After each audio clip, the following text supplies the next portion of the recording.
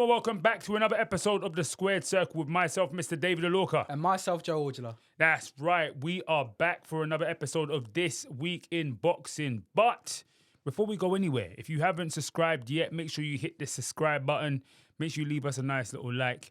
And if it's your first time here, let us know in the comments. If it's not your first time here and you're a regular member, regular listener, regular watcher, let us know as well in the comments. We've got some big news to talk about today. News that at the time of recording hasn't been announced yet, but possibly right now already has been. We've been speaking about this for weeks on weeks. February 22nd, the biggest card in boxing. Joe. Yes. Dan Rafael has reported a few days ago that we will see one of the greatest cards of all time. Right, so by the time you're watching this video, it might have been confirmed by HE, but the rumoured fights are the following. Dubois and Parker main event. Beterbiev Bivol 2. Come on. As a co-main. Boots versus Ortiz. Hamza Sheeraz fighting for the world title against the Damas.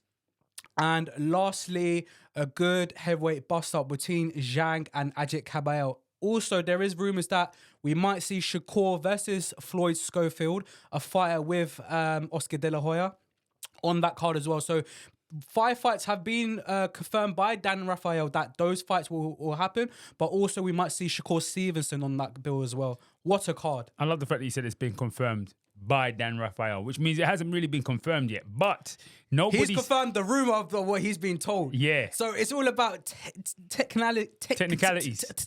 It's techie. You know what I'm saying? Yeah.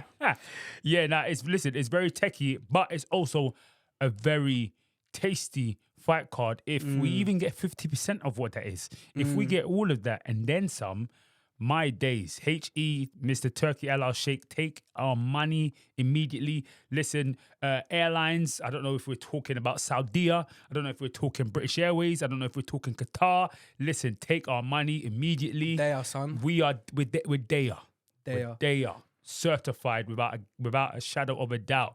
Which one of those fights excite you the most? Oh, Beterbiev Bivol 2, bro. All day, every day. After seeing the first fight, how much of a blockbuster that fight was, how two highly level fighters having it out with one another, with a close contested fight, it has to be that one.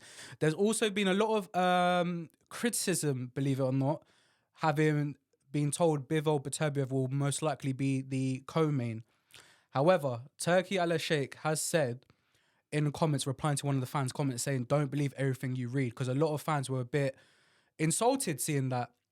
What do you think about that, potentially Beterbiev being the co-main? What I would love, I'd love for him to have said that and then for everything that's been read to actually be what he drops. I'd love that. No, I do think it's going to be that, though. I do think it's going to be that card because, look, I feel like he's been seeing the comments. He would have, if everyone's been that excited... You know what HE's like? HE wants to gas the fans up, you know? That's what a great thing about HE. He gives us what we want to see, right? So I do think that HE, not knowing him, but like seeing his moves in the past, would kind of nip it in the bud if that wasn't the card, or would have said something along the lines of, look, like, this is not all entirely accurate, you know? Yeah, and at the same time, it hasn't been denied by anybody. No particular fight has been denied by anybody. I mean...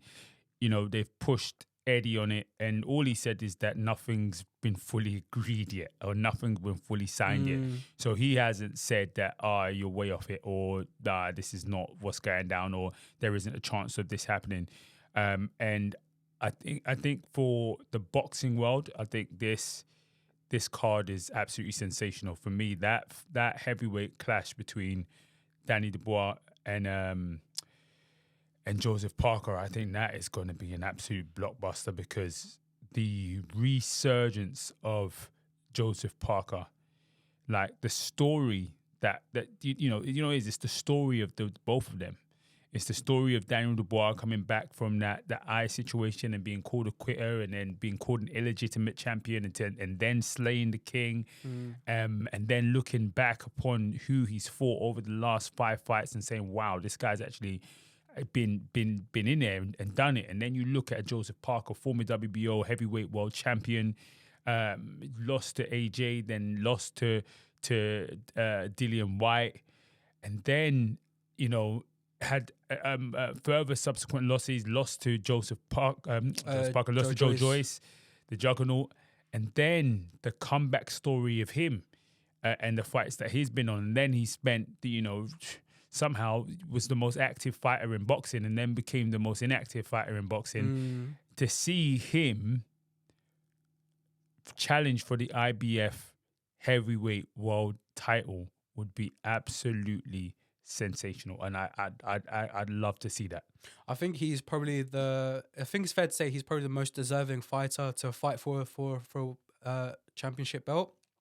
The resurgence of Joe Parker has been amazing, right? I can't believe the last time he fought was in March, I think.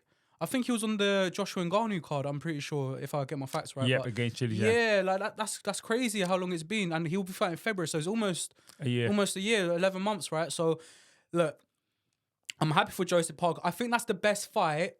I think that's the second best fight in the heavyweight division. If you think about it, I think Fury Usyk's going to be one. And I think straight after that is Dubois and Parker, to be honest. And shout out Dubois if that's the fight and if that's the fight he's deciding to take, because it's not a mandatory defense. It would be him decided on, you know what, I want the smoke. I'm going for it. I'm going for the names. I want the names on my CV.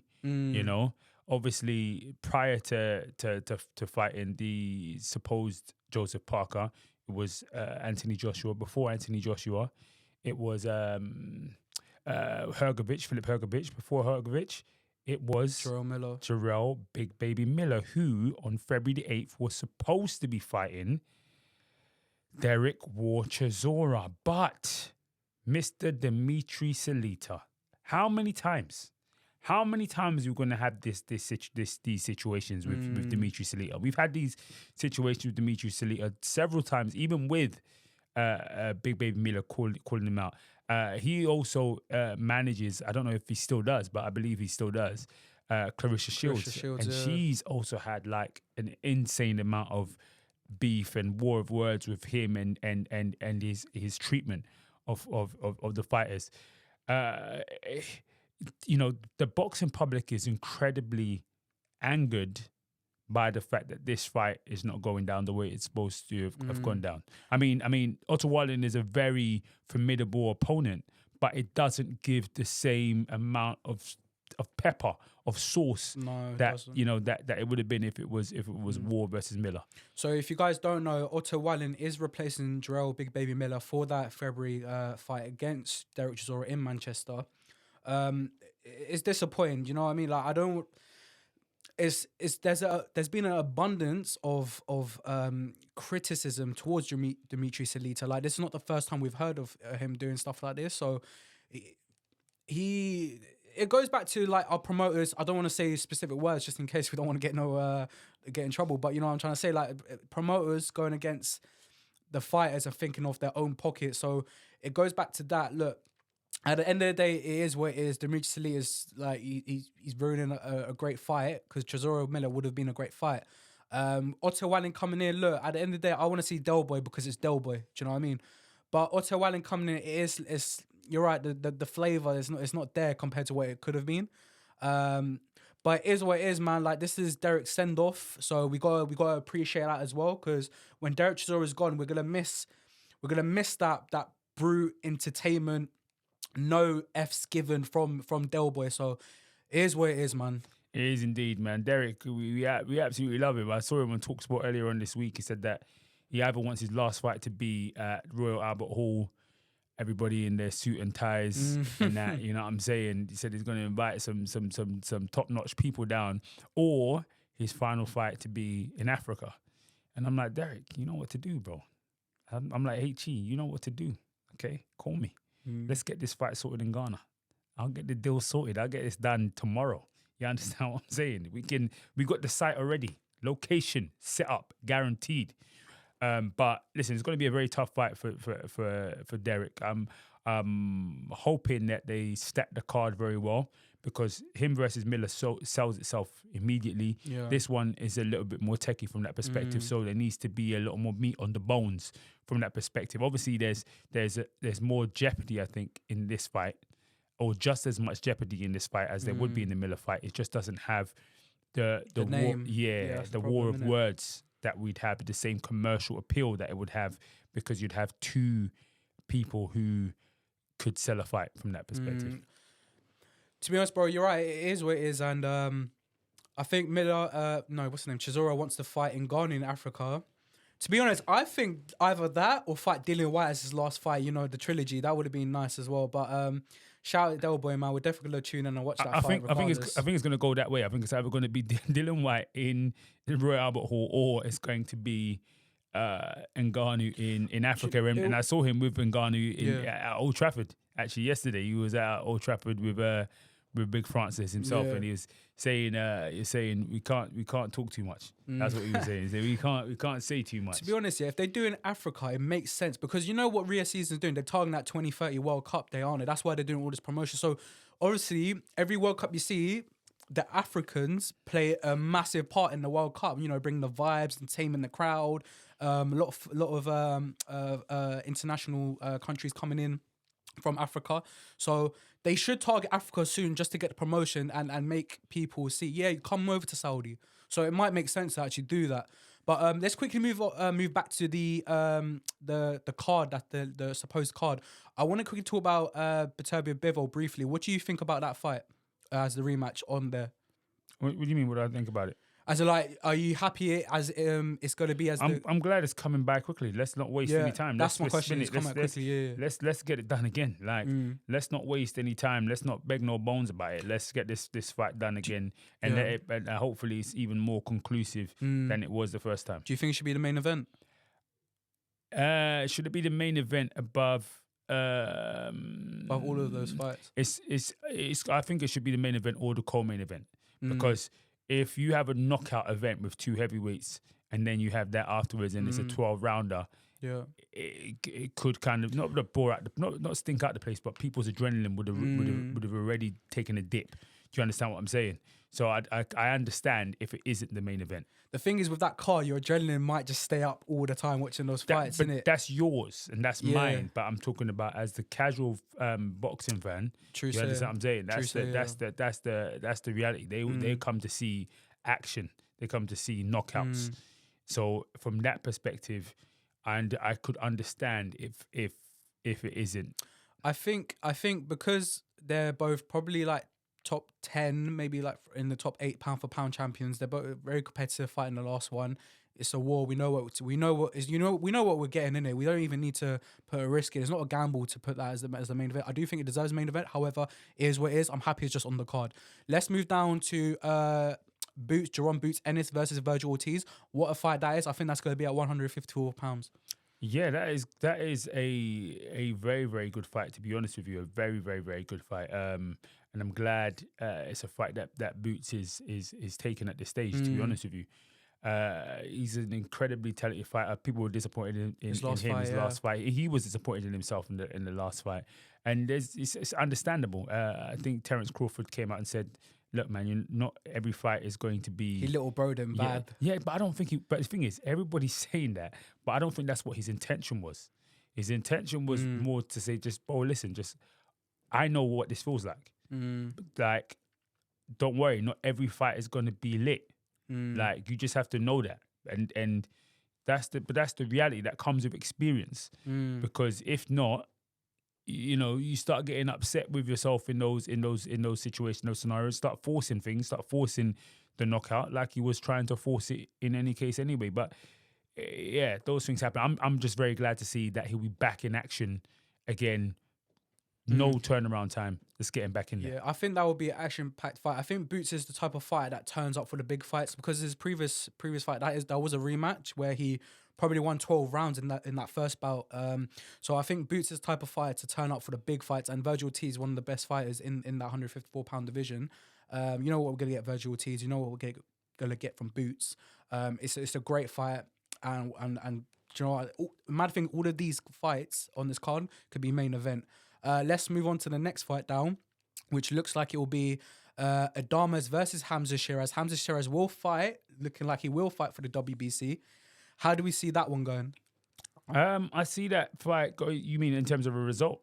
Yeah, result. I think it's a winnable fight for Hamza Sheeraz. To be honest with you, he is a very big, long, gangly figure in that division, and I think that gives him superior advantage. On top of that, he's very talented, incredibly talented. Obviously, his opponent has got the experience over him. He's a world champion, but I think this is the crowning night of Hamza Sheeraz, Mr. Riyadh season himself.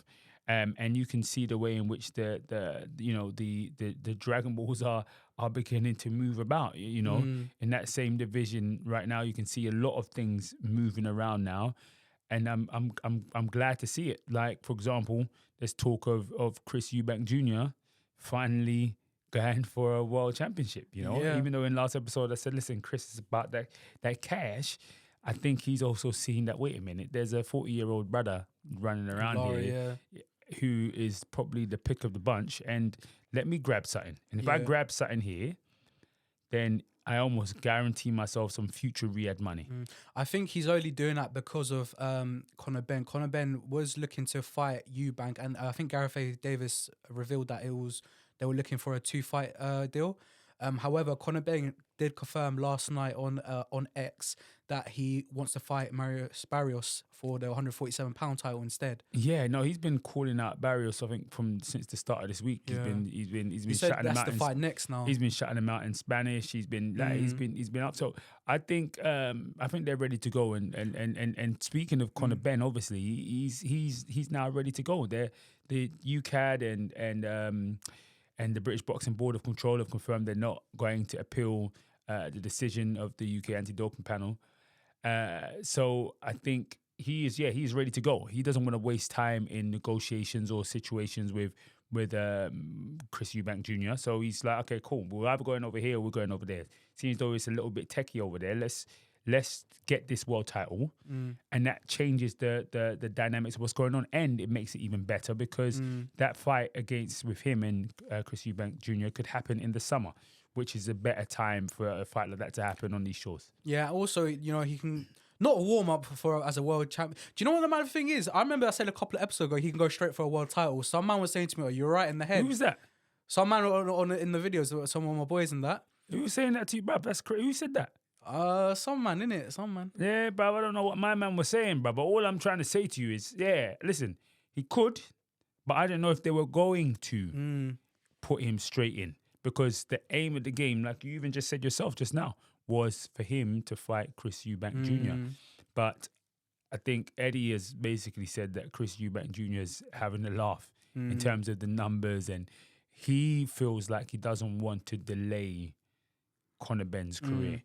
So both of them going for world titles will be absolutely sensational. The great thing about their meeting is that the world titles, none of the world titles will be up either. And so that's the funniest thing about it. And you know what? It will shut a lot of people up, including myself here, saying these men don't care about legacy. If they win a world title and then they can retire, be at least we're world champions like our fathers. So that plays a main factor. I think they should go for world titles and meet.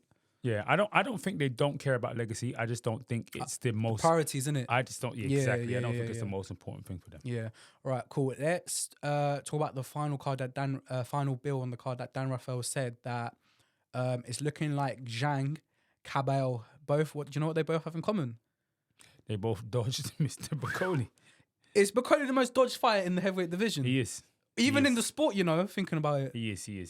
Because he's dangerous and he doesn't offer the cash. That's what it is. He's extremely dangerous and he doesn't offer the cash. And that's the reason as to why both of them, everybody's like maneuvering their way out of it because they know what the risks involved and the potential reward isn't as great. No, it's not. That is a great fight, by the way. What do you think? How do you see that fight going? It's a tough one, because Big Bang is a bit of a strange one. You don't really know what he's saying, and I think Agit Kabayel is one of the most improved fighters or one of the most blessed fighters from Riyadh season. I think that he's gained one of the most from Riyadh season. So, I wouldn't go against Agit Kabayel. Even though Zhang is a scary operator. I think Agit Kabayel. I'm going for Agit Kabayel as well. I think what Kabayel needs to do is just rewatch that Parker fight with Zhang, and replicate that. Zhang hasn't got a tank on him. He hasn't got an engine, and I think Kabayel does, right. So if Kabayel, holds the storm in the first half of the fight, he can ride through a points victory. And yeah, there's one more fight that might potentially be on that card as well. Another fighter who a lot of people tend to avoid in Shakur Stevenson versus Floyd Schofield. Today, Oscar De La Hoya has said that a young 22-year-old, he doesn't want to put him in against one of the best fighters in the world in Shakur Stevenson. And he, on his Clapback Thursday, had a guy, Eddie Hearn, saying, this is how you don't know how to make a fighter because you do stuff like this. You target the young fighters and try and get a L on their records. What do you think about that? Do you think that this fight should be made if you're on Oscar's side? Well, I think Oscar talking about it from a Clapback Thursday perspective is evidence of one of two things. One, that obviously he doesn't think it's advisable, but two, that he might not have any power in stopping it from happening. Because similar to the situation with Bakoli's last fight, and with Jared Anderson, exactly, yeah, and that could happen again, exactly, and it looks like based on what my man is saying, that's what's basically happening. That Oscar's blaming Eddie for this fight being not even just rumored, but this fight being looked to have they've to been be at made. each other a lot on Twitter as well. Do you know what I mean? So I think, because as a promoter, he could just say no, but it's evident by his rant that he doesn't have the power to say no, because it looks like it's coming from above him, and from above him, we're talking about the one and only HE. I think, do you know what? Shakur said a very valid point on X recently. He said that Floyd's been talking a lot to him, like Schofield's been talking a lot of S to him, like in the past, saying he can beat him again and again. And Schofield released a screenshot with a conversation with Oscar De La Hoya, and De La Hoya basically said, I don't think it's right as a 22-year-old with Floyd Schofield's father. I don't think it's right as a 22-year-old. We put your son into one of the best fighters in the sport and let him grow and become a world champion in the future, then meet later on. However, you guys are the boss, and if you guys are adamant you want that fight, I'm not going to say no and give it to you. So Schofield released that screenshot, so it does look like he wants to smoke. We know Shakur always wants to smoke against anyone, so that would be a good fight. Obviously, I'm going to favour Shakur Stevenson in that fight because it's Shakur Stevenson at the end of the day. So I do respect and admire, as a 22-year-old in Floyd Schofield, that he wants to fight one of the pound-for-pound best in the division. Yeah, no, I respect and admire it as well, but you also have to remember that it is a career. He's not fighting for free. Okay, yeah, facts, this is February 22nd in Riyadh season, His Excellency. Like there's he's putting himself in there. But you got to remember, fighters will fight.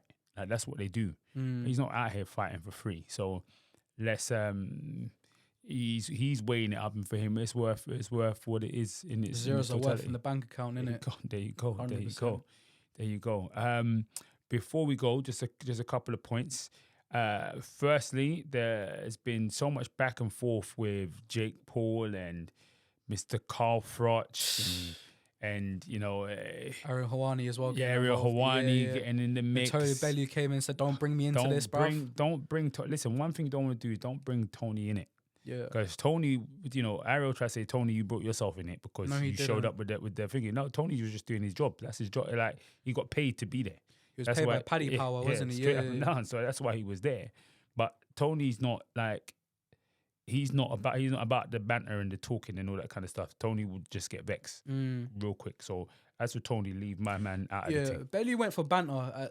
Obviously now it's not banter, but the original thing was banter. He wasn't taking it seriously. With Carl Froch, Carl Froch, I love Carl Froch, and I think he's hilarious, bruv. Yeah, but you can't fool your viewers and pretend you don't want that fight. It's so evident you want that fight. You can't keep saying like, oh, I don't, something like, oh, I'll do it for free.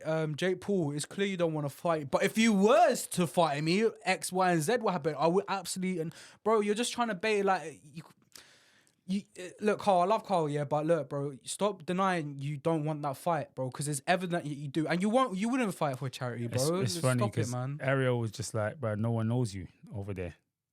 No one knows you. Nah, in America. they do. But the If thing you know is, the they sport, do. you know him. That's yeah. what I'm saying. That and Ariel was trying to get onto Tony Bellew on that same thing, saying that end of the day, nobody knew who he was in that arena. But bruv, I wouldn't expect anyone to know who Tony was in that arena because that arena wasn't filled with boxing fans. It was filled with Jake Paul fans. That's not fans of the sport of boxing. In fact, Tony Bellew is not only somebody who's known in boxing. Tony Bellew is from freaking, what's the name of that movie? He's from Creed. Yeah, he's from Creed, bro. Not some extra in Creed. You know what I'm saying? Yeah. Tony's been out here doing Hollywood acting. Bro, Tony's, so let's not do that. Bro, Tony's been on like what's that Channel 4 show? Like SAS. Like, I'm a Celeb. Come on. Do you know what I mean? Tony's a national like sweetheart in this country. Come on. Everyone loves Tony Bellew here. Do you know what I mean? A heart of gold. So, bro, Ariel Helwani, stop outing our legends in this country, bro, because they are legends in this country. Just because you're not so quote unquote known in a US state doesn't mean you're not rated. Like, bruv, people, if you know boxing, you know Carl Froch. Yeah, the casuals in another country and bare countries don't know it. But I don't like when people say stuff like that because I'm like, bruv, who are you though? I don't like criticizing people who've done a lot in the sport. So when I see people like Simon Jordan, I like Ariel Helwani a lot, but he's part of this as well. Like when you belittle people who've done great things in the sport, I just go back to saying like, bro, who are you, man, to say that? Not to say that you don't have a right to opinion, but when you try to belittle and cuss other fighters when they've put their lives in the sport, allow it, man. That's not cool. I don't really appreciate that as a fan of the sport. Yeah, you just have to look at it. Look, end of the day, Ariel One is on the